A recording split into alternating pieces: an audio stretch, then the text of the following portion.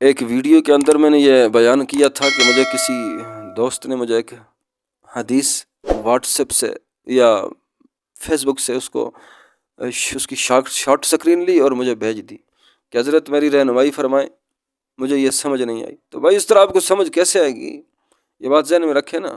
What's app پہ ہو، face بک پہ ہو، messenger پہ ہو، کہیں بھی ہو، کوئی حدیث کوئی بھی مسئلہ ہو تو آپ کو جلدی سمجھ نہیں آئے گا، اس کو سمجھنا پڑتا ہے، اور اس کو سمجھنے کے لیے بھی قرآن و حدیث کا سہارا لینا پڑتا ہے، تو تب جا کے سمجھ آتا ہے۔ تو بہرحال ایک ویڈیو میں نے یہ بیان کیا تھا کہ ایک دوست نے بھیجا، تو وہ حدیث جو ہے نا، وہ حدیث اس کا میں نے تذکرہ نہیں کیا تھا، لیکن اس کے ضمن کے اندر جتنی باتیں تھیں وہ میں نے بیان کر دی تھی۔ وہ حدیث یہ تھی کہ اللہ کے پاک پیغمبر کے پاس، محمد عربی صلی اللہ علیہ وآلہ وسلم کے پاس 10 آدمیوں کی ایک جماعت آئی، 10 آدمیوں کا وفد آیا بیعت ہونے کے لیے۔ اب اللہ کے محبوب کے پاس جو آتے تھے نا، وہ بیعت کس بات پہ کرتے تھے کہ یا رسول اللہ جو آپ فرمائیں گے ہم وہی کریں گے، آپ کے فرمان سے ذرہ بھی پیچھے نہیں ہٹیں گے، آپ کی ہر بات ہمارے سر آنکھوں پر ہوگی۔ تو اس بات پہ بیعت اللہ کے پاک پیغمبر ان سے لیتے تھے، اور اللہ کے پاک پیغمبر زیادہ تر بیعت اس بات پر لیتے تھے کہ تم نے نماز کی پابندی کرنی ہے، اللہ تبارک و تعالیٰ کی وحدانیت، اللہ کی توحید، اس میں کسی قسم کا کسی کے ساتھ کوئی کمپرومائز نہیں کرنا، نماز پابندی کے ساتھ پڑھنی ہے، زکوٰۃ پابندی کے ساتھ ادا کرنی ہے، استطاعت ہے تو بیت اللہ شریف کا حج بھی کرنا ہے، اور رمضان المبارک کے روزے بھی رکھنے ہیں۔ اب اس بات پہ اللہ کے پاک پیغمبر ان سے بیعت لیتے۔ تو بہرحال 10 آدمیوں کا ایک وفد آیا، اللہ کے پاک پیغمبر نے 9 آدمیوں کو بیعت فرمایا، ایک کو چھوڑ دیا۔ تو صحابہ نے عرض کی یا رسول اللہ 9 کو آپ نے بیعت فرما لیا ہے، ایک شخص کو آپ نے بیعت نہیں فرمایا، وجہ کیا ہے؟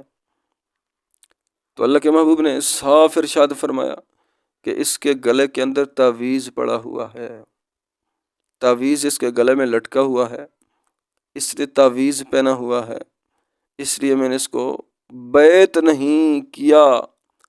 تو اس شخص جب یہ سنا تو اس نے گلے کے اندر ہاتھ ڈال کر وہ تعویذ کھینچا اور اس کے ٹکڑے ٹکڑے کر دیا، حدیث پاک میں آتا ہے،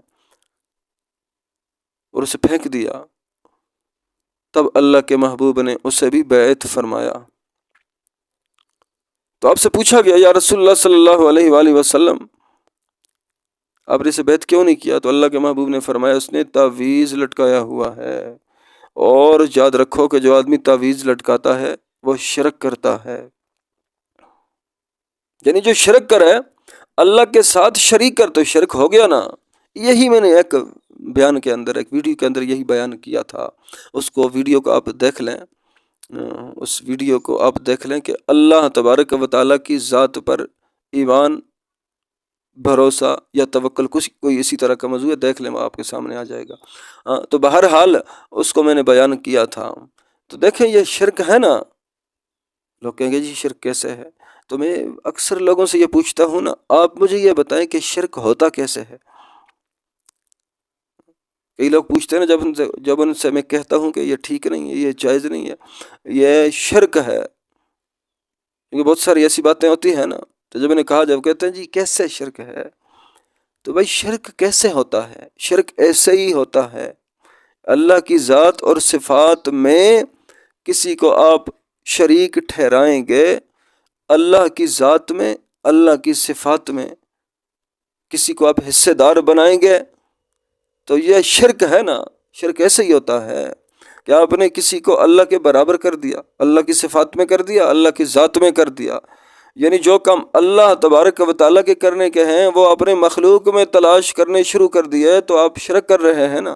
شرک اسی کا نام ہے۔ شرک کے کوئی سینگ نہیں ہوتے، نہ ہی مشرک کے سینگ ہوتے ہیں۔ تو یہ بات سمجھیں، اللہ کی ذات میں کسی کو شریک ٹھہرا لینا، اللہ کی صفات میں کسی کو شریک ٹھہرا لینا، اللہ کے برابر کسی کو بنا دینا، ذات میں بنائیں، صفات میں بنائیں، یہ شرک ہے۔ یعنی جو کام اللہ کے ہیں وہ مخلوق میں تلاش کریں گے، وہ اس کے بندوں میں تلاش کریں گے، تو یہی شرک ہوگا۔ شرک کے کوئی الگ سے سینگ نہیں ہوتے اور نہ ہی اس کی کوئی اقسام ہوتی ہیں۔ بس اللہ کی ذات و صفات میں شرک کرنے والا مشرک ہے۔ فرمایا مشرک کی اللہ بخشش نہیں فرماتے، تو مشرک کو اللہ کے پاک پیغمبر بیعت کیسے فرما سکتے ہیں؟ یہ بات ذہن نشین کر لینا۔ اس لیے اللہ کے محبوب نے اسے بیعت نہیں فرمایا تھا تب تک جب تک اس کے گلے میں وہ شرک کا وہ ایک مجسمہ لٹک رہا تھا، شرک کا ایک بت اس کے گلے میں لٹک رہا تھا، اللہ سے دور کرنے کا ایک بت اس کے گلے میں لٹک رہا تھا، جس پر اس کا توکل بھی تھا، یقین بھی تھا، اس پر اعتماد بھی تھا، اللہ کی ذات پر نہیں تھا، تو اللہ کے محبوب نے اسے بیعت نہیں فرمایا۔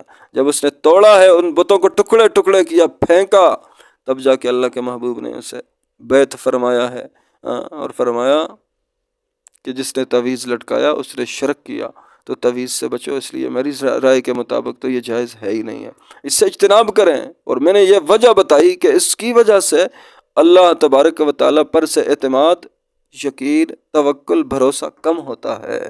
اور جو چیز بندے کو رحمان سے دور کر دے، وہ کتنی اعلیٰ کیوں نہ ہو بھائی، اس سے دور ہو جائیں، وہ کتنی حسین کیوں نہ ہو، اس سے دور ہو جائیں، وہ کتنی آپ کے کام بنانے والی ہو، رحمان سے جو چیز دور کرنے والی ہے نا، اللہ کی ذات سے توکل، بھروسہ، اعتماد، یقین دور کرنے والی جو چیزیں ہیں نا، اللہ کی ذات سے اعتماد، توکل، بھروسہ ہٹانے والی جو چیزیں ہیں نا، ان سے دور ہو جائیں اور انہیں اپنے سے دور کر لیں۔